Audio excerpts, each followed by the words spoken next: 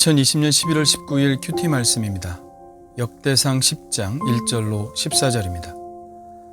블레셋 사람들과 이스라엘이 싸우더니 이스라엘 사람들이 블레셋 사람들 앞에서 도망하다가 길보아 산에서 죽임을 당하여 엎드러지니라. 블레셋 사람들이 사울과 그 아들들을 추격하여 블레셋 사람들이 사울의 아들 요나단과 아비나답과 말기수아를 죽이고 사울을 맹렬히 치며 활 쏘는 자가 사울에게 따라 미치매 사울이 그 쏘는 자로 말미암아 심히 다급하여 사울이 자기의 무기를 가진 자에게 이르되 너는 칼을 빼어 그것으로 나를 찌르라. 할례 받지 못한 자들이 와서 나를 욕되게 할까 두려워하노라. 그러나 그의 무기를 가진 자가 심히 두려워하여 행하기를 원하지 아니하매 사울이 자기 칼을 뽑아서 그 위에 엎드러지니 무기 가진 자가 사울이 죽는 것을 보고 자기도 칼에 엎드러져 죽으니라. 이와 같이 사울과 그의 세 아들과 그 온 집안이 함께 죽으니라. 골짜기에 있는 모든 이스라엘 사람이 그들의 도망한 것과 사울과 그의 아들들이 다 죽은 것을 보고 그 성읍들을 버리고 도망하매 블레셋 사람들이 와서 거기서 거주하니라. 이튿날에 블레셋 사람들이 와서 죽임을 당한 자의 옷을 벗기다가 사울과 그의 아들들이 길보아 산에 엎드러졌음을 보고 곧 사울의 옷을 벗기고 그의 머리와 갑옷을 가져다가 사람을 블레셋 땅 사방에 보내 모든 이방 신전과 그 백성에게 소식을 전하고 사울의 갑옷을 그들의 신전에 두고 그의 머리를 다곤의 신전에 단지라. 길르한 야베스 모든 사람이 블레셋 사람들이 사울에게 행한 모든 일을 듣고 용사들이 다 일어나서 사울의 시체와 그의 아들들의 시체를 거두어 야베스로 가져다가 그곳 상수리 나무 아래에 그 해골을 장사하고 7일간 금식하였더라. 사울이 죽은 것은 여호와께 범죄하였기 때문이라.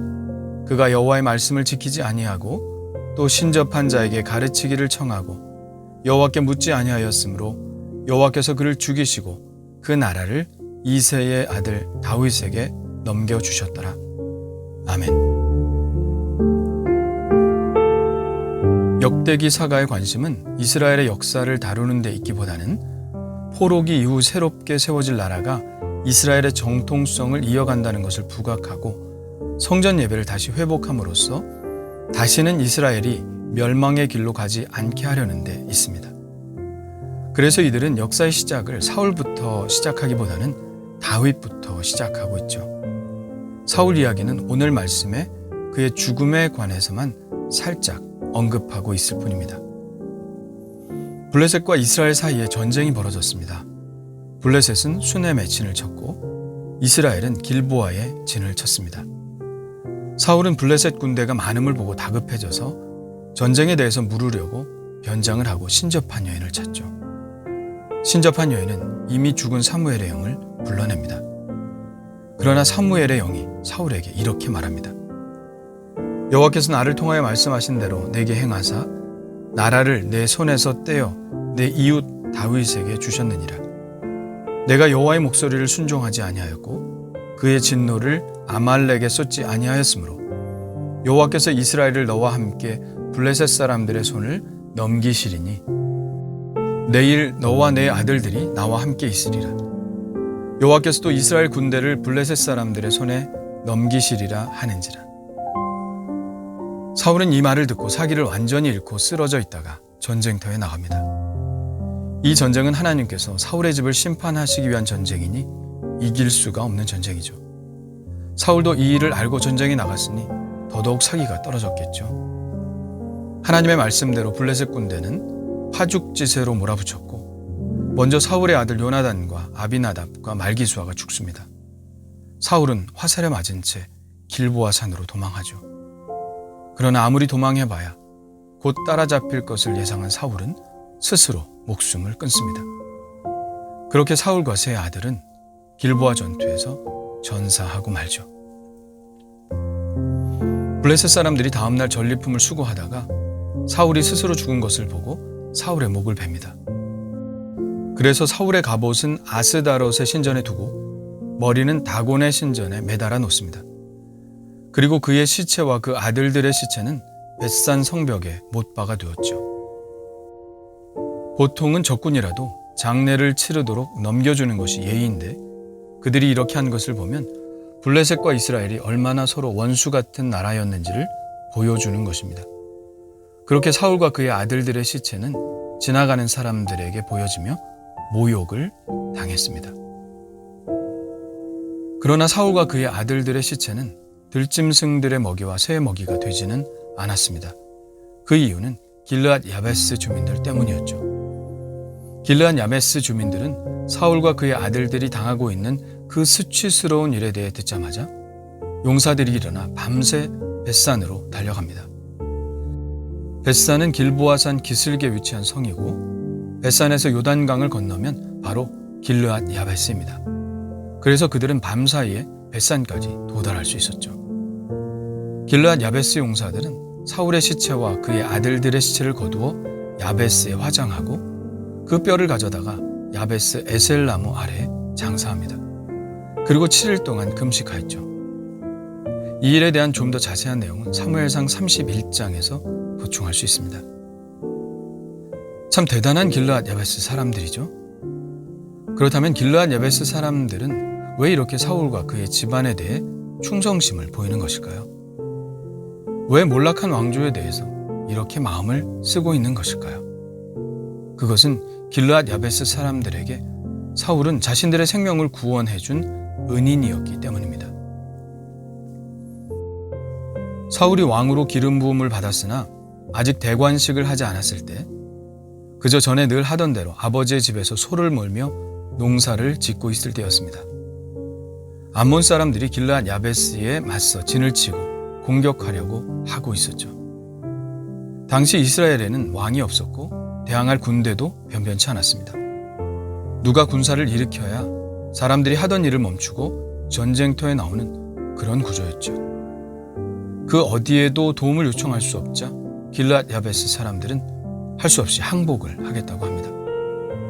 그런데 암몬 사람들은 항복을 받아주는 조건을 내걸기를 길르앗 야베스 사람들의 한쪽 눈을 다 빼겠다는 것입니다.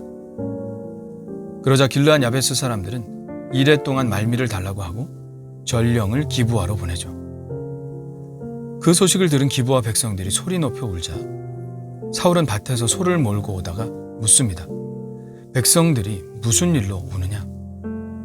그러자 사람들이 설명을 합니다. 그때 하나님의 영이 사울에게 감동이 되죠. 마치 사사시대 때 삼손이 하나님의 감동을 받았던 것과 같습니다. 그래서 사울은 전 이스라엘의 파바를 보내어 전쟁에 동참하자고 독려를 합니다.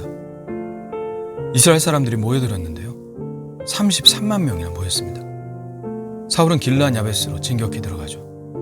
암몬 사람들을 쳐부수고 완전히 괴멸시켜버립니다. 이 일이 있은 후 사울은 전 이스라엘의 지지를 받아 사무엘을 통하여 대관식을 수행하게 되는 것이죠. 만일 사울이 아니었으면 길르앗 야베스 사람들은 한쪽 눈을 다 잃고 노예가 될 운명이었습니다. 그런데 사울 때문에 그들은 구원을 받았죠. 이제는 왜 길르앗 야베스 사람들이 목숨을 걸고 사울과 그 아들들의 시체를 가져다가 장례를 치러주게 되었는지 이해가 가죠. 사울의 죽음은 하나님의 심판이었지만 길르앗 야베스 사람들은 자신들이 할 일을 한 것입니다. 다윗이 왕이 되고 나서 길르앗 사람들에게 특별히 전령을 보내어 이 일을 행한 것에 대해서 감사를 표하기도 합니다. 오늘 말씀에는 사울의 집이 망하게 된 이유에 대해서 이렇게 설명을 하고 있습니다. 사울이 죽은 것은 여호와께 범죄하였기 때문이라. 그가 여호와의 말씀을 지키지 아니하고 또 신접한 자에게 가르치기를 청하고 여호와께 묻지 아니하였으므로 여호와께서 그를 죽이시고 그 나라를 이새의 아들 다윗에게 넘겨주셨더라. 하나님의 말씀을 지키지 않은 것은 아마도 아말렉을 진멸하라는 하나님의 말씀을 듣지 않은 사건을 말하는 것 같습니다. 신접한 자를 찾은 것은 전쟁에 나가기 전 사무엘의 영을 불러올린 사건을 말하는 것이고요. 또 묻지 않았다는 것은 하나님의 말씀대로 하지 않고 자기 마음대로 했다는 말일 것입니다. 다윗은 언약궤를 옮겨오기 전에 이런 말을 하죠. 우리가 우리 하나님의 궤를 우리에게로 옮겨오자. 사울 때에는 우리가 궤 앞에서 묻지 아니하였느니라. 사울의 이러한 죄는 북이스라엘과 남유다가 망한 이유와 같습니다. 하나님의 말씀을 따르지 않았고 기도하지 않았고 우상을 숭배했습니다. 하나님께 묻지 않고 우상들에게 물었습니다. 그래서 망한 것이죠. 사울의 집이 망한 이유와 이스라엘이 망한 이유가 동일한 것임을 오늘 말씀에서 강조하므로 이 말씀은 우리가 이제는 하나님의 말씀을 청종하고 우상을 숭배하지 않으며 오직 하나님만 의지하며 나가자는 믿음의 태도를 분명하게 권면하고 있다는 생각이 듭니다. 길르앗 야베스를 구원하러 갔던 그 사울의 열정과 신앙을 떠올려 봅니다. 참 멋있는 사람일 것 같습니다. 그러나 점점 그의 마음은 변해갔죠. 시간이 지나면 다 그런 것일까요? 지위가 높아지고 공로를 많이 세우면 그렇게 변하는 것일까요? 그가 변하지 않았다면 길르앗 야베스 사람들의 존경을 받았던 그 존경이 계속되지 않았을까요? 하나님을 의지하는 믿음과 겸손한 마음을 끝까지 잃지 않기를 원합니다. 주님 감사합니다. 사울이 가졌던 처음 열정을 갖기를 원합니다. 백성들을 위했고 또 하나님을 의지했던 그 마음을 갖기를 원합니다. 그러나 그가 마음이 변해 하나님의 진노를 샀던 그 일을 반면교사로 삼기 원합니다. 사람의 말보다 또 나의 생각보다 사람들의 인기보다 오직 하나님의 말씀만 따르게 하옵소서. 끝까지 그렇게 살게 하옵소서. 예수님의 이름으로 기도합니다.